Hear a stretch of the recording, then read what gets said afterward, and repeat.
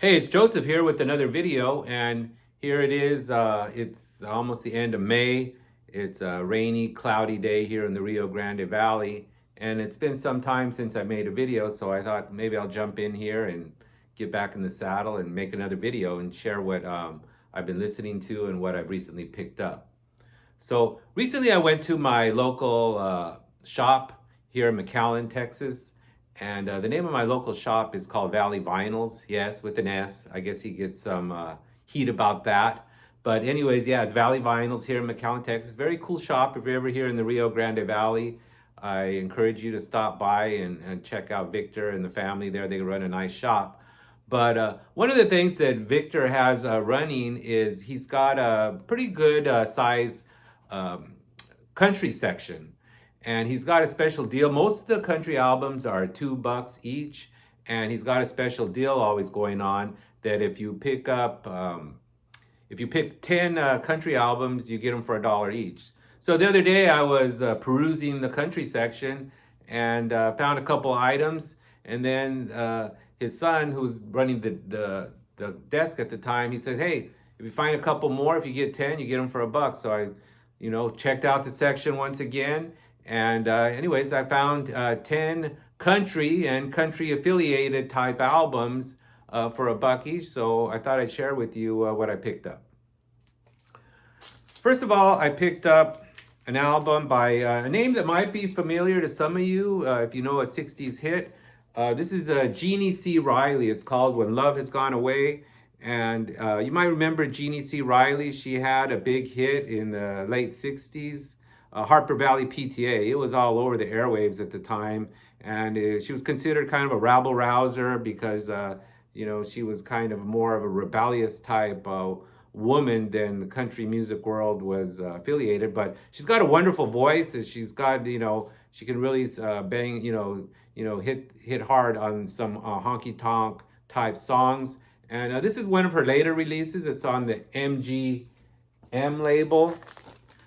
But I always enjoy Jeannie C.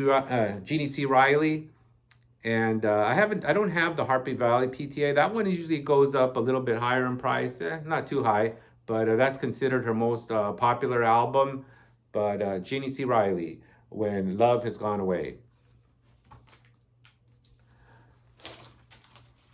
Another one that artists that many are familiar with, or maybe you see him in the bargain bins quite a bit, is Flatt and Scruggs. Of course, that's Lester Flatt and Earl Scruggs.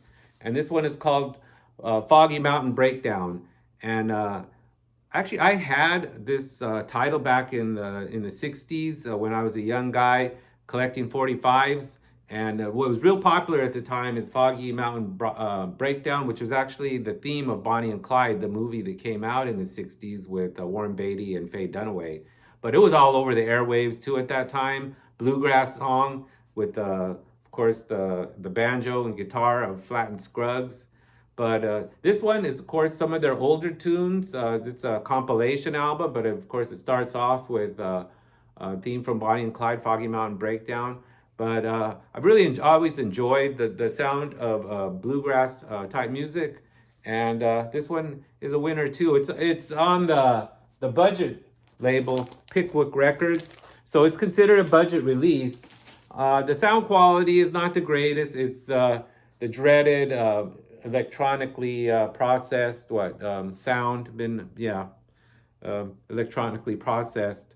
So it's not the greatest sound. There's some of their earlier recordings, but for $1 can't go wrong. Flatt and Scruggs, theme from Bonnie and Clyde, Foggy Mountain Breakdown.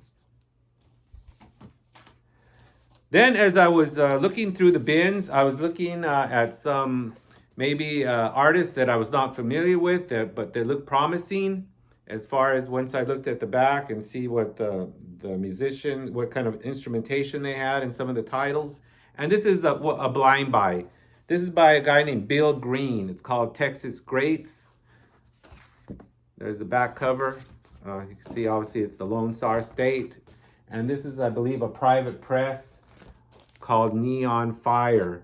But what caught my attention about this one is it's basically a Western swing album. And it mentions Bob Wills in the back, Ray Price, and Willie Nelson as some of the influences. And I'm a big fan of Asleep at the Wheel. I've spoke about Asleep at the Wheel before on my channel, and they really were my gateway to country music, of really appreciating country music, especially because they were such into Bob Wills and the Texas Playboys and that influence of jazz and rhythm and blues. I always loved that mix. And so when I saw this, that it was a mix, it was had a Western swing influence. It's got Buddy Emmons on steel guitar, uh, Buddy Spiker on fiddles. So it's a good listen. It's a really good listen. Some great Western swing, and it's Bill Green and the Texas Greats. Another blind buy was this one by a guy named Wes Nivens. It's called Fiddlin' Wes. That's the back cover. And it's another private press release on Golden Dust Records. And it's also a very, very pleasant listen. He does, of course, let many standards like San Antonio Rose, Callie's Waltz, Lone Star Rag number 2, Goodnight Waltz, Beaumont Rag. But he's definitely a good, outstanding fiddle player. And I really enjoy these obscure artists sometimes, because you can really find some very great musicianship. And some of the pressings on the albums are actually not bad. And so once again, this is a nice one. Texas fiddler Wes Nivens, Fiddlin' Wes. Another one from the Country Bin. This one is a little more mainstream, but I have my taste right in country music. I like the female vocalist quite a bit, and this is one of them. Caught my eye. I've heard the name before, Katie Moffitt, and that's Katie on the front, Katie on the back, and this one is on Columbia. The self-titled Katie. And I believe this is her first or second album. It's produced by the famed country producer Billy Sherrill. And it's a nice album. It's kind of getting into crossover type country, a little more production than... I hear that actually a lot of producers were trying to get crossover artists, kind of what they were doing with Rita Coolidge at that time. But Katie has a very nice voice, and I've enjoyed this listen. One of the best cuts on here is, I guess she had a minor hit with a song called I Can Almost See Houston from Here. But Katie's still active today. She never really took off with a big type of career, but she is a wonderful vocalist, Katie Moffitt, self-titled album. Okay, here's one that might sound familiar to some of you, is Doug Kershaw, The Cajun Way. Doug Kershaw. And he had somewhat of a hit back in that. This is on the Warner Brothers Green label. But Doug Kershaw, he's a fiddler from Louisiana. He's really, has that Cajun influence, a Cajun musician. And he had somewhat of a minor hit back in the day with a song called Diggy Diggy Low. And that's the song that starts off the album. But a real fun listen here. With Doug Kershaw playing fiddle, of course, and anyways, I was happy to pick up. I think this is his first mainstream release on Warner Brothers Records, and Doug is still active out there. I think he's in his late 80s, and he's still out there fiddling away. Doug Kershaw, The Cajun Way. Here's another one of my dollar pickups from the Country Bins. And this is more of a bluegrass album, Mark O'Connor, Picking in the Wind. And great lineup here on this album. He's got John Hartford, Norman Blake, Sam Bush, Charlie Collins. This one here is a gatefold album. And on the sticker here on the front says 1975 Grandmaster Fiddle Champion, National Guitar Champion, 1975. So yeah, Mark O'Connor went on to, this is an album that he recorded as a teenager, and he's a skilled fiddle player and guitar player. And like I say, he's surrounded by excellent company with John Hartford and the rest. But really amazing album, especially considering the age that he was at the time of this album. So Mark O'Connor, Pickin' in the Wind. And this is on the label Rounder Records. Another female artist that I found, and I'd seen this name before, but I wasn't familiar with her her albums or her music, and that's Melba Montgomery. And this is on the Elektra label. And as I did a little bit of research on Melba, apparently she did quite a bit of duets with, of course, the classic singer George Jones. And she was really had a great honky-tonk sound in the early days.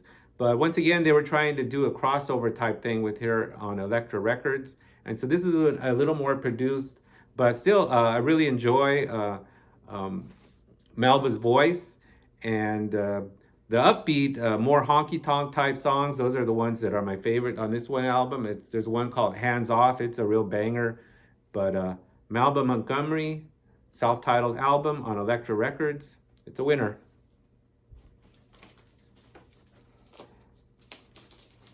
Another blind buy, staying with some bluegrass, is this one is called Country Cookin' with the Fiction Brothers. And there's the band. You can definitely tell that that's some hippie bluegrass going on there. And I believe these musicians are all from the New York State area. But they do a really kickin' version of The Harder They Come, the Jimmy Cliff song. But outstanding musicianship all the way around. So, of course, some female vocals. And I really enjoyed this one. This one is on the Flying Fish label, which of course is a great source of bluegrass and hillbilly type sound music in the 70s. And anyways, from New York State, Country Cookin' with the Fiction Brothers, some great bluegrass. Another blind buy. This one kind of getting out of the country field, but it was in the country bins. And this one is called New Moon Swing Band, Sunny Side of the Street. And really like this one here. It's on a label called Red Bud Records. And I believe this band is from Indiana. The New Moon Swing Band. And this reminds me a lot is the music of Dan Hicks and the Hot Licks, because they kind of have that old-timey jazz thing going on with female vocals. But great versions of Sunny Side of the Street, Lullaby of Birdland. Kind of a surprise title is Song for My Father, the Horace Silver song, and great version of that. Also another Horace Silver tune called Doodlin', which that's also a great version. But guitar, violin, and female vocals and it's swinging away. It's a winner. A New Moon Swing Band, Sunny Side of the Street. And finally, this one was not in the country bins, but I picked this one up for actually it was a freebie because it was my birthday, and you get a free at my shop, Valley Vinyls. You get on your birthday, you get a free $5 album. So I picked this one up, Maddie Pryor and Tim Hart, Summer Solstice. And this one is on the Mooncrest label.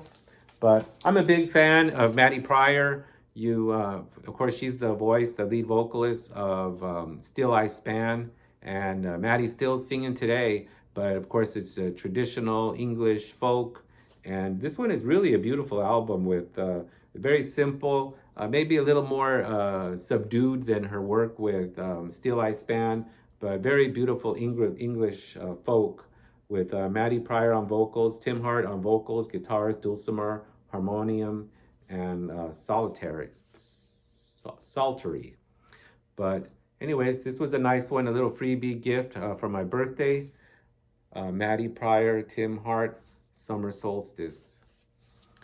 But anyways, that was something a little unusual for me because most of the time I'm sharing jazz, blues, or some rock, something like that. But I've always been a big fan of country music since, back in the 70s. Actually, my first introduction to country music by way is, of course, by listening to the Grateful Dead. Of course, they'd always play Mama Tried and and El Paso and things like that. I wasn't the biggest fan in those days. In fact, I would kind of cringe, like, why are they playing country tunes?